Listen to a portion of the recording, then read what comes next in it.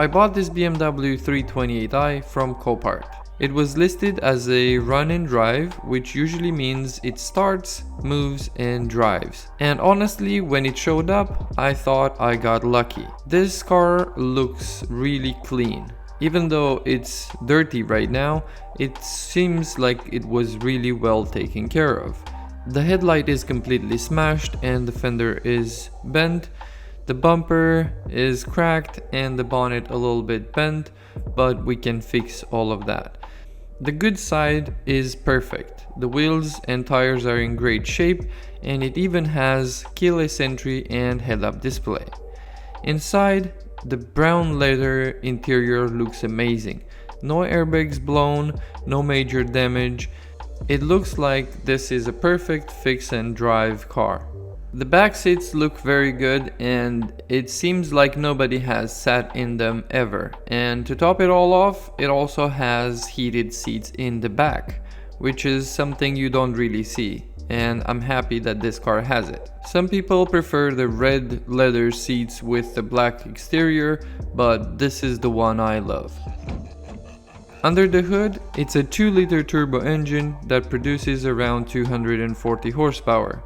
And the best part is, it runs. So let's take it for a drive. Right away though, I could tell something wasn't right. The car shifts rough, sometimes it slips, and there's this weird delay going into gear. Even though there is no transmission fault in the dash, I still feel like something isn't right. Because you have to rev it high in order to start moving, and when it does, it makes a weird noise and it's very rough. Definitely not what you expect from a run and drive. So let's get it back to the garage, lift the car up and inspect the gearbox.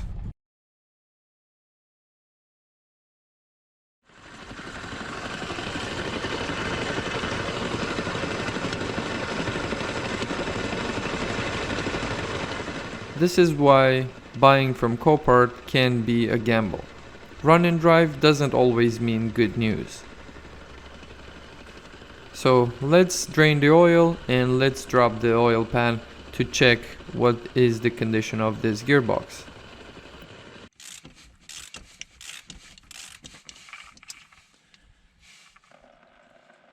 The gearbox oil doesn't look very good, and also it has a really potent burnt smell. So I'm not sure if this was not changed in time or something really bad happened with this gearbox.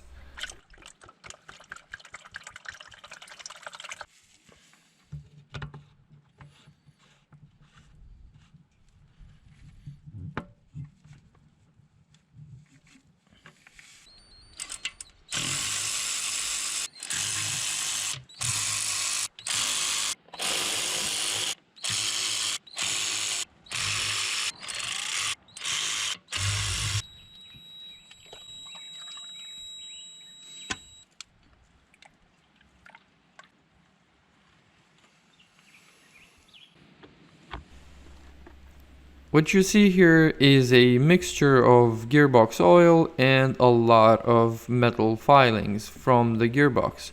And as you can see, there's even some chunks of metal going through the oil. So this gearbox is completely done. We need to replace it. When I bought this car, I thought it's gonna be a quick fix, just some body work, a fender, a new headlight, and probably we will have this car back on the road quickly. But this issue here makes things a little bit more complicated. So I had to go online and find a second-hand gearbox and purchase it. And here it is, we have it, and let's go ahead and install it. My car is 2013 and this gearbox came from a 2016 car, but it should fit with no issues. Now, in order to remove the gearbox, we have to remove the exhaust first, and it has this exhaust clamp here, and then it has a few hangers, one in the middle and two of them at the back. If you want to do something like this, make sure the exhaust is supported because it can drop and it's quite heavy. This plate here is the last thing that holds it in place. After this is removed, the whole exhaust can come out.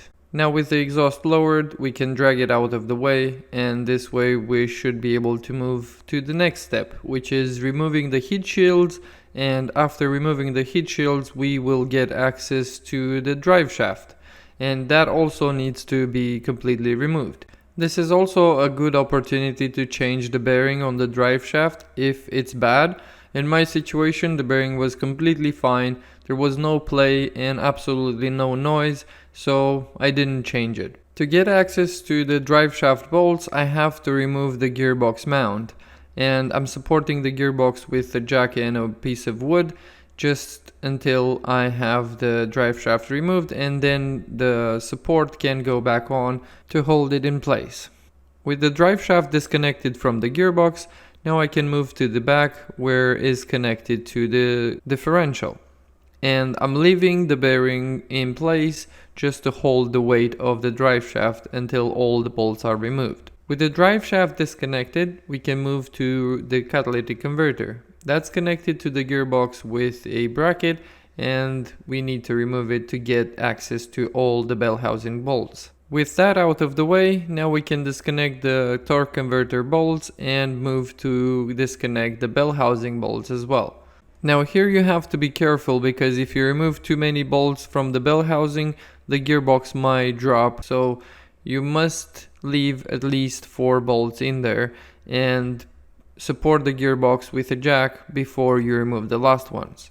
To remove the top bolts from the bell housing, you need to use all the extensions you have in the garage and just undo them from the back of the gearbox. Instead of trying to put your hand up there, it's much easier this way. Now here, to be safe that the gearbox doesn't drop, I placed back 2 of the bolts on the lower portion and 2 on the side, and once I have the top bolts out, I can bring in the jack and lower it easily. To be even more safe, at this point you can use 2 straps, one at the front and one at the back, and make sure that the gearbox is secure, and that way the gearbox will not fall from the jack. But if you take it slowly, it's okay even without the straps. Now with the gearbox all removed, you have to switch a few things from the old gearbox to the new gearbox. Some of them might come with everything equipped, but at this time it's best to swap that rubber bushing if you have some cracks. Even if it's just old, swap it with a new one, because it's definitely good preventative maintenance.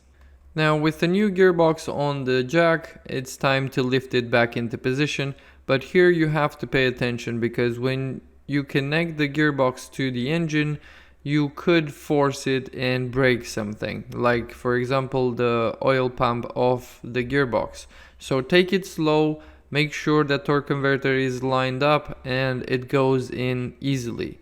Don't force it with the bolts, because some people do that. They just line it up and then they tighten the bolts until everything connects, but that can break stuff, so don't do that. Just connect it easily until everything falls into place.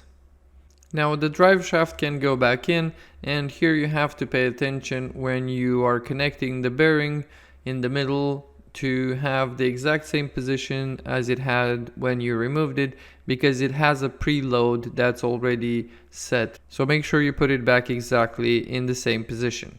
After all of that is done, now we can fill it up with some fluid and see if this thing would work. So I forgot to order a gearbox filling pump, but I made this thing work. It's basically a hose and a big container, and it's sealed at the top, so when you squish the bottle, the fluid goes in. And it's not pretty, but it works.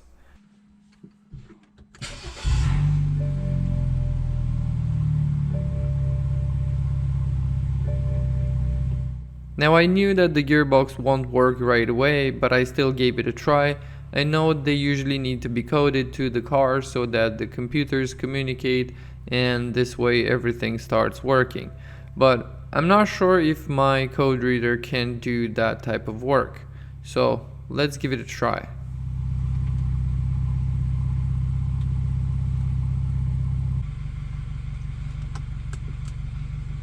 Even though the code reader has the function to code the gearbox module, it still didn't do nothing. It doesn't work whatever I try. So I'm thinking the next best thing I could do is to swap the Mechatronic unit with all its brain from the old gearbox to the new one.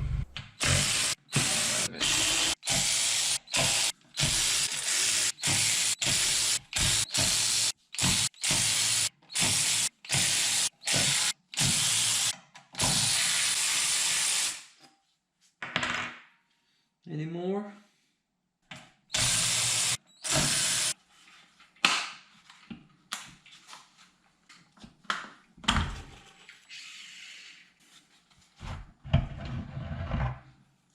Okay. Wow. Look at that. Oh my god. How much metal is in there. Look at that. Look at it. But anyway, let's clean this up and hopefully we can use it on the new one. Here are both Mechatronic units on the table, and I've cleaned the one that was original on this car really well, so all of that metal is completely eliminated. And since it had an oil filter, nothing could go inside of it, so I'm safe to use it.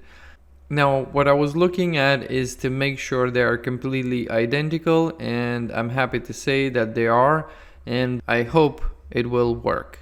They are both in very good condition. I don't see anything wrong with any of them, and I'm sure the one that came in the donor gearbox would have worked just fine if I had the right tools to code it.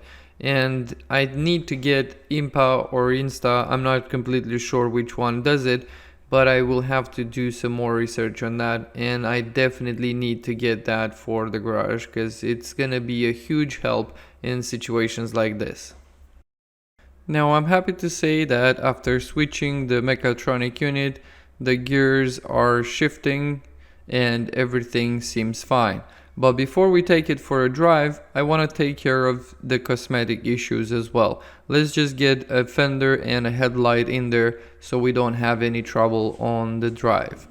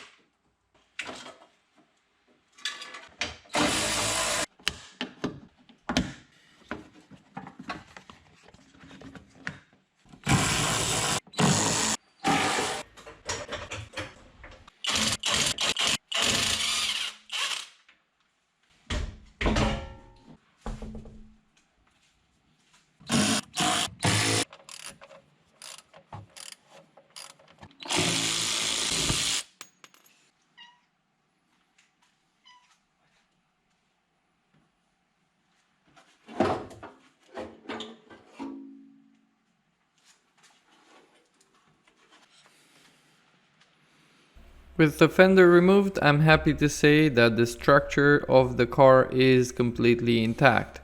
It has no bends anywhere apart from the crash bar, which is what it is for, right? And it's just a little bit, the chassis leg is completely straight, so we are safe to rebuild this vehicle.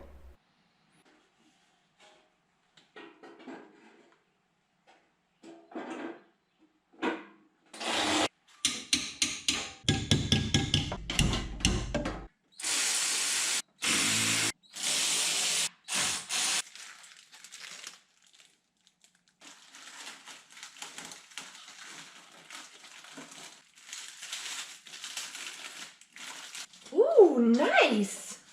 And the fender. Ho ho ho! Yeah, the new fender looks really good, but dang, that's impressive. Now we have everything back together and it does look a lot better than it did before. It's not done and it's definitely not pretty, but now you can drive it and nobody's gonna pull you over for just a little bit bent bonnet and a cracked bumper. It has both headlights, turn signals work, and everything is fine.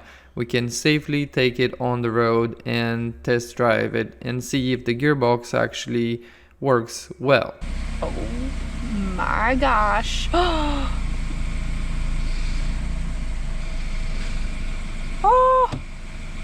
what? Oh, Smooth. oh, that is smooth. There was no jerky. There is a little bit of, I think, was wastegate or wastegate rattle, but that's a problem for another day. It does sound a little bit like a diesel. Hey, the seatbelts are not moldy. Yeah. That's nice. I've resetted every single module possible that's connected to the gearbox in any single way. And even the mirrors got resetted somehow. Really? Yeah. Like, I didn't know what to do. You're just... I Reset, just- motherfucker, reset! Everything back to factory. Look at that. Nothing. Nothing. Oh. And the start stop works. That's impressive, actually. Ooh. Okay, turn it off. I don't like it. It's impressive, but you don't like it. Ooh, it has that feature. Now turn the feature off. Yes. I don't think there's anybody on this planet that says that's a nice feature. It feels so freaking nice. Yeah. Yeah. You was not expecting it to drive this good. I mean, I wouldn't say that. I'm impressed. It's a little 3 Series. So It is a cute little 3 Series. let's see. That was 5th gear, 4th gear, 3rd gear. Did you feel any Nothing. change? I don't feel nothing. Baby, did you just fix the gearbox? I didn't. I just replaced the gearbox. And Yeah, but I that replaced counts. it, and also it did have some trouble with coding and stuff, but I think now I finally got that working, even without in-power and stuff. It seems to shift good. Oh, 7th and 8th gear. wow. 8 gears on a little 3 Series. Why would you need 8 gears? I don't know, but it has it. Well, it downshifts quite nicely. What? The Is it- M4? Oh, miles That's the no, reserve gas? Why? No, why is there the little triangle with the exclamation point? Oh, that's windshield washer fluid. Oh, And look, meow. He didn't know have. Oh, it's very sad. windshield washer fluid gone. But that's all it's complaining about. Wow. It feels powerful. Wow. And it changes good. I Yeah. think. Maybe this is a turn. Maybe it's a turn. Maybe it's a turn. It's a sharp turn. This turn, no joke. It's just, yep. Okay. Okay. But okay. What's that?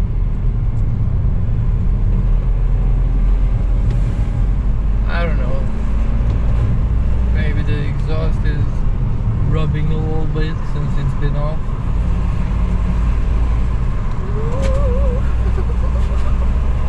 Baby.